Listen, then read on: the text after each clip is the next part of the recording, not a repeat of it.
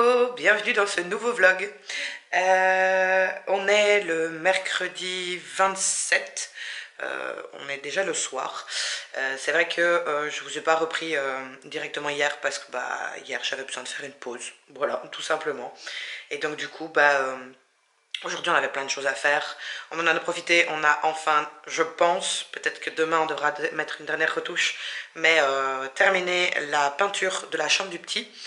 Et donc du coup, voilà. Je voulais juste faire l'ouverture parce que là, si vous avez suivi les vlogmas, vous devez forcément vous douter, je suis en train de geeker à Dreamlight Valley.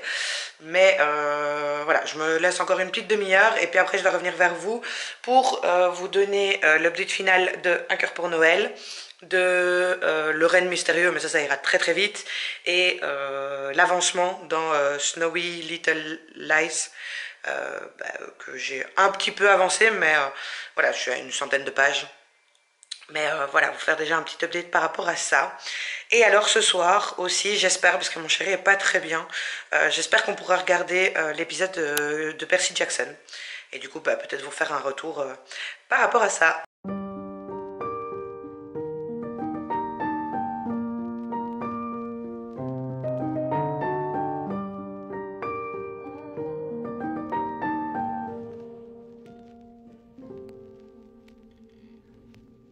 On est mercredi soir, je vous prends en triple vitesse parce que là il y a la mère de ma filleule qui va arriver chez moi parce qu'on part manger chez ma soeur, enfin bref. Je voulais vous faire quand même vite le retour sur les 3 livres parce que sinon je vais jamais le faire et cette vidéo ne servira à rien.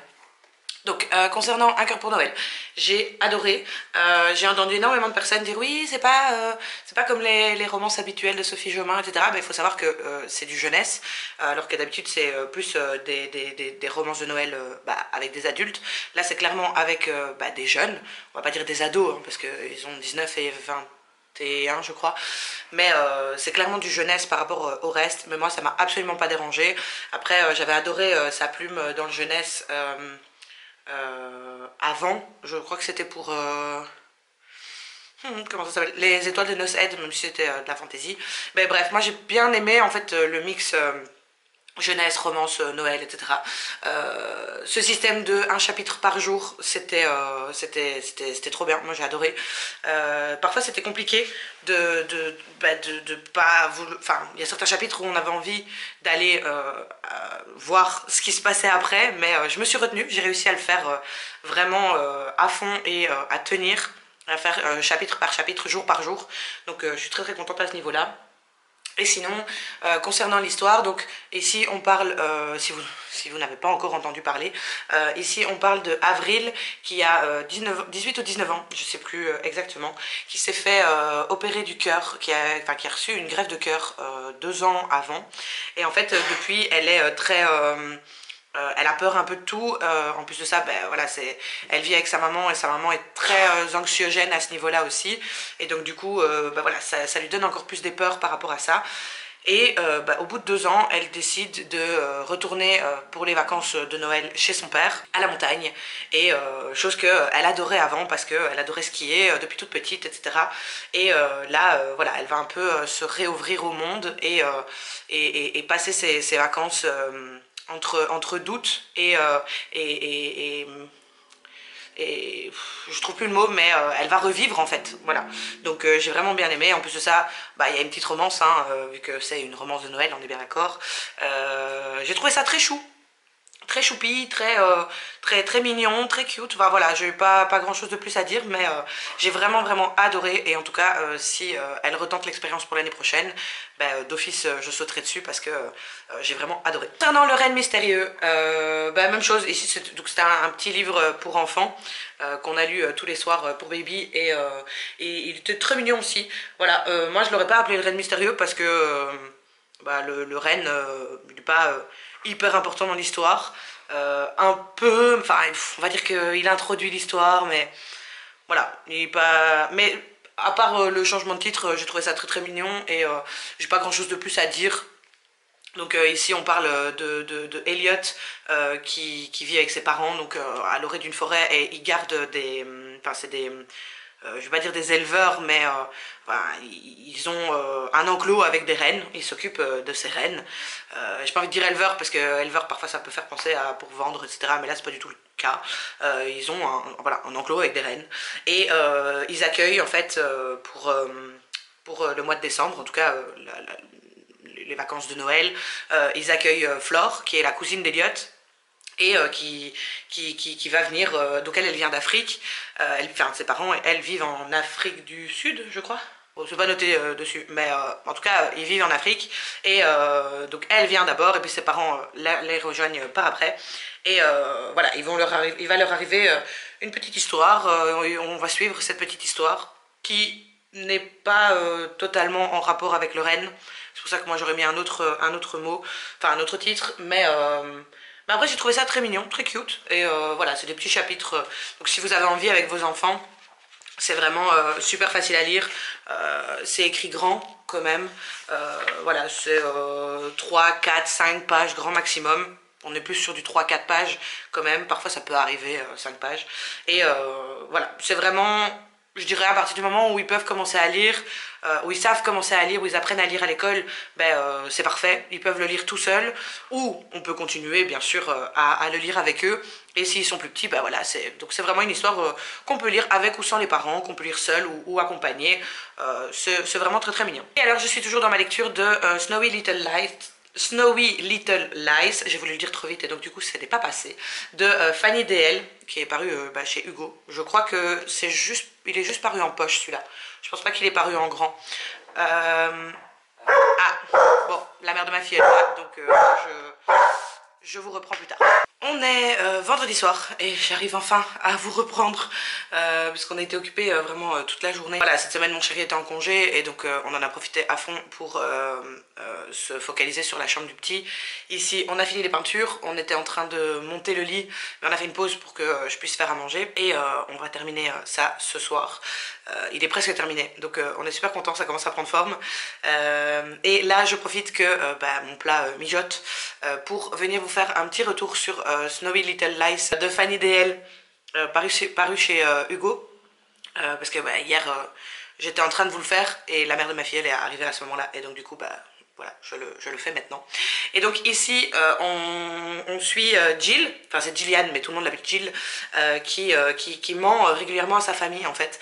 Parce que, donc, en fait, elle s'est empêtrée dans un mensonge, parce que le Noël précédent, son frère a annoncé que sa femme était enceinte du deuxième enfant, sa sœur a annoncé qu'elle avait rencontré quelqu'un, et donc ses parents se sont retournés vers elle en mode ah et toi il se passe quoi dans ta vie, et le problème c'est que au niveau travail, enfin voilà, il n'y a pas grand chose qui se passe, qui se passait dans sa vie à ce moment là. Au niveau travail elle n'était pas très très loin non plus parce que elle était assistante, et en fait elle a menti en disant que elle avait eu une promotion et qu'elle était passée pas directrice mais dirigeante d'une petite équipe. Au début du livre, on se retrouve avec Jill qui retourne dans sa maison familiale pour les fêtes de fin d'année. Sauf que son patron l'a chopée juste avant qu'elle sorte du travail pour lui imposer du travail en lui promettant une promotion. On se doute bien que vu la façon dont c'est fait, il n'y aura pas cette promotion, mais bref. Et dans le train en fait elle rencontre Matthew qui est un écrivain qui a le syndrome de la page blanche et comme second métier entre guillemets il se fait payer par des femmes pour se faire passer pour leur petite amie. Et parce que voilà, son métier d'écrivain ne lui rapporte pas assez pour gagner sa vie, et donc voilà, comme second métier, c'est ce qu'il fait. Et le problème qui se pose assez rapidement, donc c'est pas du tout un spoil, mais le problème qui se pose assez rapidement, c'est qu'en fait c'est le faux petit ami de sa petite sœur. Et donc du coup, elle sait, mais lui sait aussi qu'elle ment à sa famille parce qu'ils se sont un peu confiés dans le train, et donc elle est un peu tenue, elle a envie d'en parler à sa sœur, mais elle peut pas parce que sinon voilà, lui aussi peut découvrir ses secrets. Et donc voilà le pitch de base. Ici j'ai lu plus de la moitié, je suis à 190 pages sur 330, 340, quelque chose comme ça, 330. J'aime beaucoup parce que on n'est pas non plus sur un Enemies to Lovers. Il est clair qu'au début, elle l'aime pas trop parce que voilà, mensonge, tout ça, ben, voilà, ça la dérange un peu, mais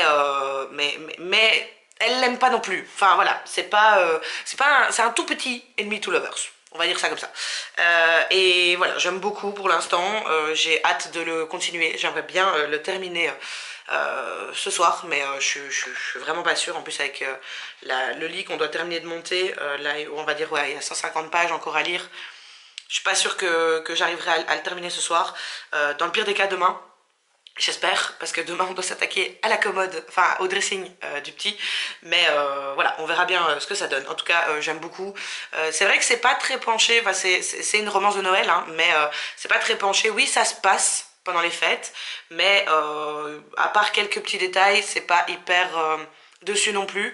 Donc ça peut très facilement se lire bah, après, avant, n'importe, ça doit pas forcément pour celles et ceux qui aiment bien lire les livres à une certaine période, ça peut se lire voilà en plus, pas forcément pendant les fêtes. Donc maintenant le fait que je le lise après Noël, ça ne me dérange absolument pas.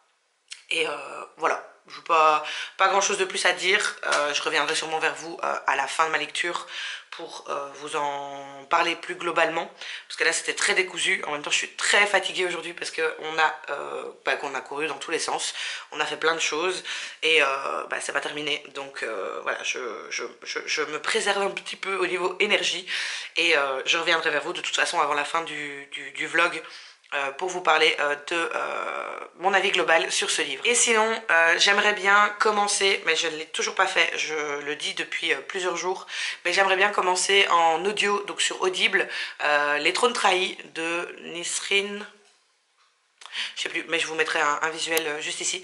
J'aimerais bien le commencer, j'ai entendu beaucoup de bien. En plus, là, j'étais en train, quand je cuisine, en fait, souvent je regarde des vidéos YouTube et ou alors j'écoute un audio, mais comme là j'ai pas d'audio en route, je regardais une vidéo YouTube et je regardais justement une vidéo de Kimi Collection et elle parlait justement de cet audio et donc ça, je me suis dit ah ben ça fait plusieurs jours que je dis que il faut que je me le prenne.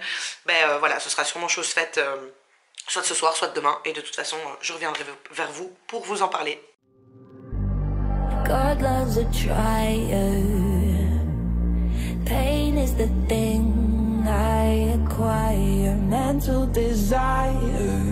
Can someone make it end? Fanning the fire. Watching the flames burn higher. I'm not a liar, but they don't understand.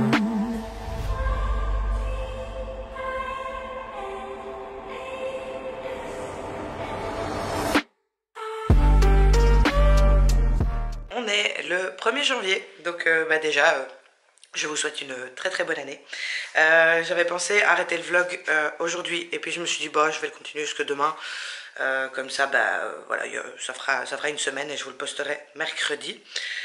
Et voilà. Sinon, comme vous avez dû le voir, je pense dans les rushs, j'ai terminé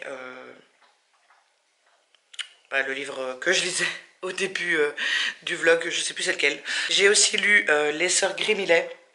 Et ici, j'ai commencé hier Noël, Avalanche et Hésitation de Rose Mia, toujours chez Hugo. Je pense que ce sera ma dernière romance de Noël. Pas sûr, mais normalement ce sera ma dernière. J'ai lu à peu près... je suis à 150 pages. Donc voilà, j'aime beaucoup. Il faut que je revienne vers vous par rapport à ça. Mais j'ai pas envie de faire ça maintenant, je suis un peu fatiguée. Parce que... voilà, hier on a fait très très calme le réveillon. On était à la maison avec mon chéri et on faisait attention, déjà parce que moi je me sentais pas capable, parce que à 8 mois de grossesse, je me sentais pas capable de faire la fête. Et en plus de ça, voilà, on a notre chien et moi j'avais super peur avec les feux d'artifice, parce que l'année passée, il y en avait pas eu là où on était. Et donc du coup on était vraiment en pleine campagne, etc. Donc il y en avait pas eu. Et je savais pas du tout comment il allait réagir et au final... il s'en est fichu, totalement. Donc tant mieux. Au moins, il n'a pas stressé. Mais donc, du coup, on a passé la soirée à regarder le bêtisier, enfin le grand bêtisier du 31, qui était pas top d'ailleurs. Enfin bref, ça c'est autre chose. Donc, le grand bêtisier du 31, on a mangé une raclette à deux, en amoureux. Et on a fait les lessives pour baby, vu que sa chambre, enfin son lit et son dressing sont enfin montés. Voilà à quoi j'ai passé, enfin on a passé avec mon chéri, notre 31 décembre et notre 1er janvier. Et en plus de ça, je me suis rendu compte que il fallait que je rachète un étendoir. Et donc en attendant, ça sèche sur, sur mes radiateurs. C'est un peu un calvaire, mais voilà, il faut absolument, avant que baby arrive, racheter un étendoir. Et alors, information très importante, je me suis sentie adulte il y a 2 jours. Car, pour baby, j'ai acheté un fer à repasser. C'est bête hein, comme information, mais c'est toujours le genre de truc... D'ailleurs, quand ma collègue l'a appris, elle était super choquée. Parce que c'est toujours le truc que j'ai dit, moi, les vêtements... Enfin, j'ai toujours dit ça. Les vêtements, ça se repasse sur moi. Voilà, si c'est un vêtement qui se froisse trop, je n'achète pas. Je ne repasse pas, je déteste ça.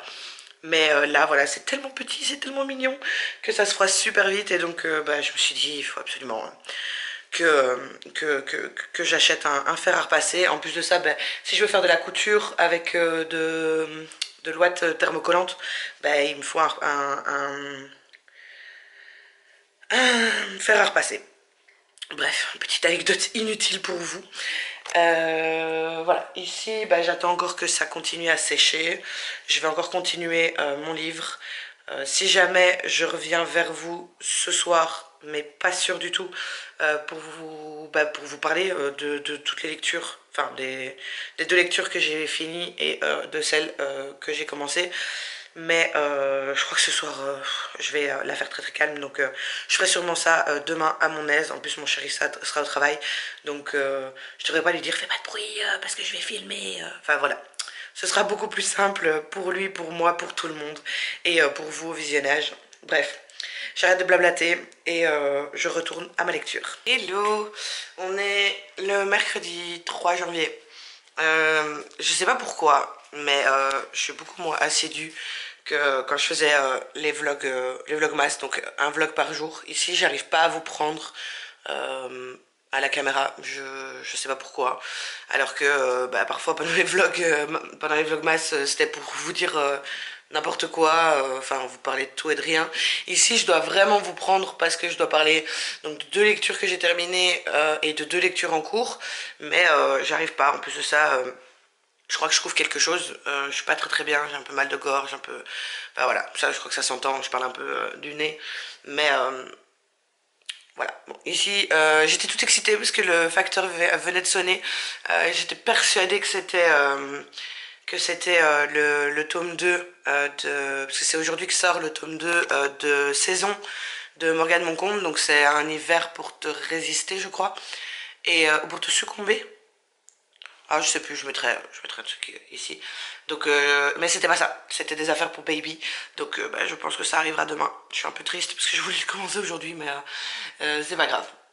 Bon, entre-temps, je termine de déjeuner et puis je vous reprends vite pour... Enfin, pas vite, mais je vous reprends pour vous parler de ces fameuses lectures avant de clôturer le vlog. Encore un faux espoir du facteur. Ça a sonné il y a plus ou moins une demi-heure, 3/4 d'heure. Désolée, je suis essoufflée, mais c'est parce que vous allez voir, je viens de placer la chose. Mais c'est un bon faux espoir parce que en fait on avait commandé le tapis pour la chambre de baby et il devait arriver seulement entre vendredi et mardi prochain. Et il est déjà là et je suis trop contente. Et donc du coup je vais vite fait vous montrer ce qu'on a réussi à faire pendant toute cette semaine dans la chambre du petit. Et voilà, je reprends juste mon souffle 2 secondes et je vous montre ça. Et du coup, voilà la bête. Oh, il est trop mignon. Oui, comme vous pouvez le voir, du coup, on a choisi le thème dinosaure. Donc ça, c'est son tapis qui, comme vous le voyez, mon chéri voulait un plus grand encore, hein, mais ça n'existait pas. J'ai pris le plus grand, j'ai pris le 2 mètres sur 2 mètres 90. Et heureusement, parce que voilà, c'est une grande chambre, mais ce serait pas passé si j'avais pris plus grand. Et donc ici, on a, il y a encore un peu de bordel hein, avec ces maxi, etc. On a son lit qui est un lit évolutif. Donc en fait, ici c'est un petit berceau qui va pas souvent utiliser parce que il sera en cododo au début et puis enfin voilà. Mais donc voilà, allez, il y avait la possibilité de le faire, donc on l'a quand même fait au cas où si jamais pendant ses siestes. Regardez, c'est toute petite, son bébé doudou, trop mignon. Donc en attendant, on n'a pas encore le matelas. Il doit arriver aussi, je crois, demain ou enfin courant de cette semaine. Donc le matelas va arriver. Donc là on a donc le lit avec un petit berceau, la table à langer et ça c'est censé être une assise d'allaitement. Mais on est bien d'accord que ça va pas trop être utilisé. Pour l'instant c'est un peu fourre-tout. Donc avec son je sais plus comment ça s'appelle mais le truc de bain. Et les trucs qu'on doit redescendre. Donc voilà, après en fait ce qui va se passer avec ce lit, c'est que toute cette partie-là, ça va devenir le grand berceau et que la table à langer va être mise à la place de la place allaitement. Et donc voilà, donc le grand berceau, les barreaux sont derrière, on doit encore les ranger, mais en attendant on les a mis là. Et puis on a son armoire qui est beaucoup trop belle avec sa poussette que j'aime trop. Et on a déjà commencé à remplir l'armoire du coup. Donc ça c'est les vêtements à partir de 6 mois. Que j'ai déjà commencé à mettre. Là c'est ces vêtements donc naissance et 1 mois. Naissance j'ai que un pyjama parce que on nous l'a estimé grand. Donc voilà. S'il arrive plus tôt, j'ai quand même un petit pige en attendant. Et j'enverrai mon chéri racheter d'autres choses. Et sinon il y a déjà du 1 mois. Là c'est le 3 mois et là c'est le 6 mois et il y a un truc de 9 mois derrière. Et je suis encore en pyjama, oui. Et ici, c'est tout ce qui est avant les 6 mois, du coup, on devait regarder comment c'est trop mimes, les petits ensembles et tout, j'aime trop. Voilà. Donc, ici, c'est des petites décos qu'on doit encore mettre. Et puis, voilà, là, c'est les petites chaussettes, les bavoirs qu'on a déjà, ces petites pantoufles, regardez comment c'est trop mimes. J'aime trop. Ici, on a mis les bodys. C'est comme ça que je me suis rendu compte que j'avais tout en 3 mois. 3 mois et 9 mois. J'ai pas de 6 mois et j'ai pas de 1 mois. Donc, il va falloir absolument que j'aille chercher ça le plus vite possible. Je vais profiter des soldes. Et alors ici, on m'avait dit, il faut faire des réserves de tétra. Je crois que je suis bon là. Hein. J'en ai de toutes les tailles, toutes les sortes. Et j'en ai énormément. Donc, voilà, ça devrait le faire. Mais du coup, voilà, je suis trop fan de son tapis. Il est trop mignon. J'aime trop. Et du coup, là, en attendant, on a mis sa petite balancelle électrique. En attendant, mais voilà, ce sera descendu plus tard. Et donc voilà, et puis voilà, son maxi. Donc je vous ai dit, la poussette, elle est là. Son maxi, les 2 bases Isofix. Ça, c'est l'assise quand il sera plus grand.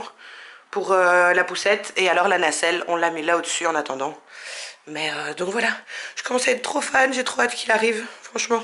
Bon, pour l'instant il doit encore un peu rester au chaud, mais voilà, sa chambre commence un peu à ressembler à quelque chose et je suis trop contente. Voilà, il est 14h30, j'arrive enfin à me poser pour venir vous faire le petit vous parler de toutes les lectures que je vous avais dit et clôturer cette vidéo. Donc du coup on va commencer par Snowy Little Lies de Fanny DL paru chez Hugo Poche. J'ai trouvé cette histoire très drôle. Le personnage de Jill est drôle et touchant à la fois parce que voilà, c'est vrai qu'elle s'empêtre un peu dans ce mensonge, mais c'est un mensonge un peu par amour ou par voilà, elle n'a pas envie de décevoir sa famille, elle n'a pas envie, on voit vraiment que elle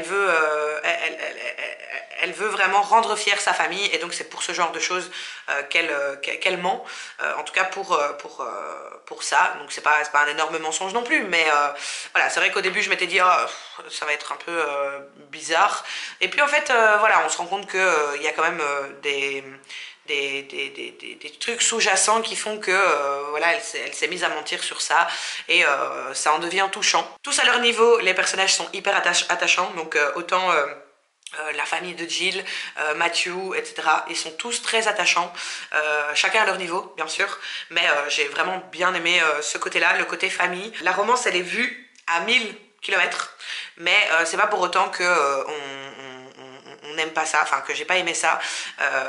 Justement, moi j'ai été pris dans l'histoire et j'avais envie de savoir qu'est-ce qui allait se passer, comment ça allait se dérouler.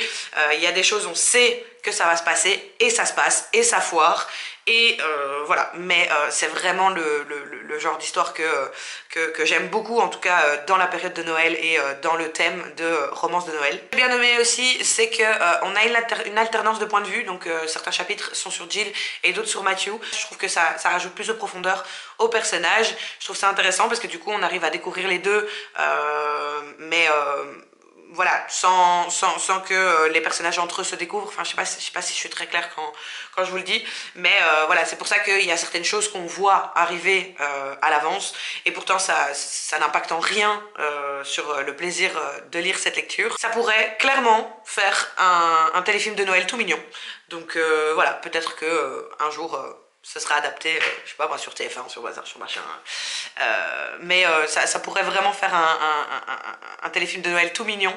Et grâce à ce livre, je valide la catégorie donc de l'arbre de Noël avec comme sous-catégorie la famille, vu que je trouvais que voilà, le mensonge à la famille, le fait qu'elle retourne dans sa famille, l'esprit très familial dans l'histoire, voilà, ça rentrait parfaitement dedans. Ensuite, j'ai lu donc Les Sœurs Grémillet, le tome 3 donc de Di Gregorio et Barbucci, je sais pas comment ça se dit. Ici, dans cette histoire, donc on suit les sœurs Grémillet, je ne sais plus comment elles s'appellent, Sarah Cassiopée et Lucille. Et ici, on va plutôt suivre Lucille, donc c'est la petite, ici, il me semble que c'est la plus petite des sœurs. Je crois qu'on dit Benjamin. Enfin bref, c'est la plus petite des 3 sœurs. Et donc ici, elles se retrouvent dans un stage à la mer. Et en fait, elles vont, comme pour les deux autres tomes, elles vont suivre une petite enquête par rapport à leur famille.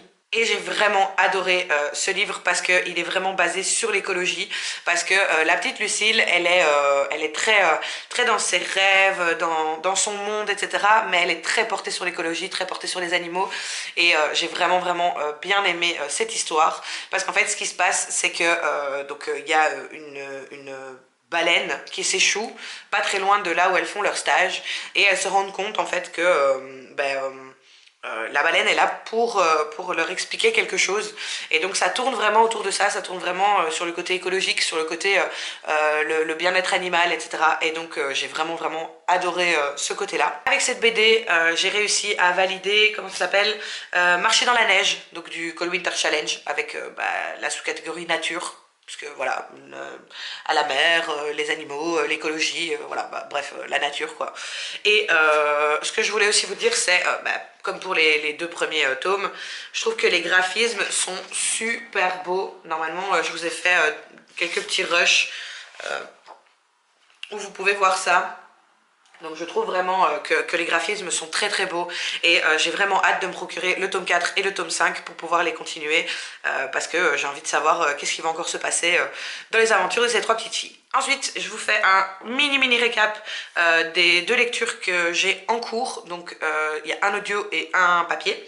Je vais commencer par l'audio. Donc l'audio, c'est Les Trônes Trahis de Nesrine Amari, et pour l'instant je l'écoute sur Audible. Il est paru, je pense que c'est les éditions Cascade, et c'est, il me semble, le côté audio de Rajo. Je peux peut-être me tromper, mais voilà, comme ça. En tout cas, Cascade, ça je suis sûre. Rajo, je suis quasiment sûre. Mais bref, on va passer au résumé. Et donc ici c'est quand le baiser de la couronne devient mortel. Le royaume de Sidia est en plein déclin depuis le meurtre du couple royal. La magie s'affaiblit, les terres s'assèchent et la colère gronde au sein du peuple. La princesse Phoebe Alcyone est l'unique espoir pour sa nation. Elle décide alors d'infiltrer le royaume de Killan, dirigé par le roi Emrys, héritier et commanditaire du meurtre de ses parents. Armée de son puissant pouvoir, tuer qui elle le souhaite d'un simple baiser, elle va pouvoir exercer sa vengeance. Sous une fausse identité, la jeune fille se fraye une place à la cour et rapidement dans les confidences de l'arrogant souverain. Mais bientôt, entre bals fastueux et jeux de séduction, la carapace d'Emrys se fissure, laissant entrevoir ses peurs et ses fêlures. Phoebe commence à comprendre le lourd fardeau que porte son ennemi juré, alors que Sidia et Killian sont au bord d'une guerre. La cour devient un véritable échiquier et le monarque va devoir apprendre à user de ses atouts. Prise entre sa colère et sa soif de justice, Phoebe devra prendre la bonne décision pour sauver son royaume, car les ténèbres qui se profilent à l'horizon pourraient bien tout emporter sur leur passage. C'est clairement une romantaisie, Enemy to Lovers. De ce que j'ai compris, c'est un one-shot. Ici, pour l'instant, je suis à 70%, donc 70% pour les Français. Donc là, on est clairement sur un Enemy to Lovers, surtout du côté de Phoebe, parce que voilà, Emrys, il sait pas qui elle est, vu qu'elle se fait passer pour quelqu'un d'autre, mais c'est clairement ça, et on voit en fait, ce que j'aime bien dans cette histoire, c'est que vraiment, elle arrive en mode je vais le tuer, c'est mon but, etc. Et au fur et à mesure de l'histoire, au fur et à mesure que ils se parlent, ils se rapprochent, etc., elle, comme c'est dit dans le résumé, sa carapace se brise et elle commence un peu à avoir pas des sentiments, mais à mettre un peu du poids dans la balance pour justement rééquilibrer un peu tout ça. Et donc voilà, c'est vraiment le Enemies to Lovers, mais très lent, parce que parfois les Enemies to Lovers, ils s'embrassent au bout de 100 pages et... Enfin voilà, là pas du tout. J'aime beaucoup dans cette histoire, c'est Phoebe déjà, parce que on voit vraiment que c'est une héroïne forte, courageuse, qui est prête à se sacrifier pour son royaume. En plus de ça, ce qui est bien, c'est qu'il n'y a aucun temps mort. On rentre directement dans l'histoire. Il se passe plein de choses. Il y a vraiment énormément de choses qui se passent et il n'y a vraiment aucun temps mort, quoi. Je sais pas dire beaucoup plus par rapport à ça, mais je trouve ça vraiment bien parce que c'est vrai que voilà, quand il y a des longueurs, surtout en audio, moi j'ai du mal à m'immerger dedans et là pas du tout, donc c'est vraiment ce que j'aime bien. Et il y a aussi une alternance de personnages entre Emrys et Phoebe, et ce que je trouve super bien, c'est que dans l'audio ils ont pris deux comédiens pour faire la voix, donc une comédienne une femme comédienne, une comédienne tout simplement pour le côté Phoebe et un comédien pour le côté Emrys, et donc j'aime vraiment bien cette alternance. On va dire que ça alterne tous les 2-3 chapitres approximativement, et donc du coup voilà, quand on arrive à un moment un peu propice pour l'un, on passe à l'autre, et donc voilà, ça nous donne envie de continuer dans l'histoire. Et en tout cas là j'ai lu 70 70% de l'histoire, j'ai écouté 70% de l'histoire, et je pense que voilà, il doit me rester, vu que je l'écoute entre 1.5 et 1.6, il doit me rester 2 heures d'écoute à peu près. Donc soit ce soir, soit demain, il sera terminé. Alors le dernier livre dont je voulais vous parler, c'est Noël, Avalanche et Hésitation de Rose Migna, qui est aussi paru chez Hugo Poche. Et dans cette histoire, on va retrouver Lila, qui en fait est une vendeuse d'un petit, j'allais dire un petit boui-boui, mais pas vraiment, d'un petit magasin de touristes sur une station de ski. Et on est le soir de Noël. Et elle a très très hâte de fermer boutique et pouvoir rejoindre sa famille. Sauf que quelques minutes avant la fermeture, il y a un homme qui rentre.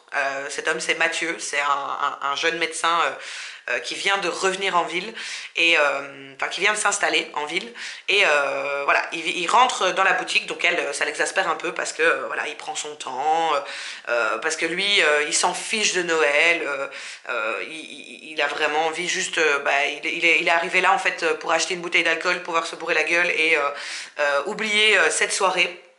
Sauf que ce qui se passe, c'est que y a une avalanche qui bloque, qui finit par les bloquer dans ce magasin et un peu les mettre en danger. Et donc ils doivent se serrer les coudes pour justement réussir à passer cette nuit, ou ces quelques heures en tout cas, pour attendre les secours. Dès le début de l'histoire, parce que ça c'est pas expliqué dans le résumé, mais ça se dit dans les 15-20 premières pages, je pense.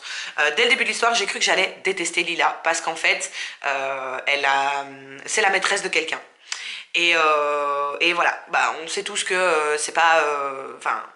on se prend jamais, presque jamais de compassion pour les maîtresses, et pourtant voilà, en suivant l'histoire, je l'ai trouvée très très touchante.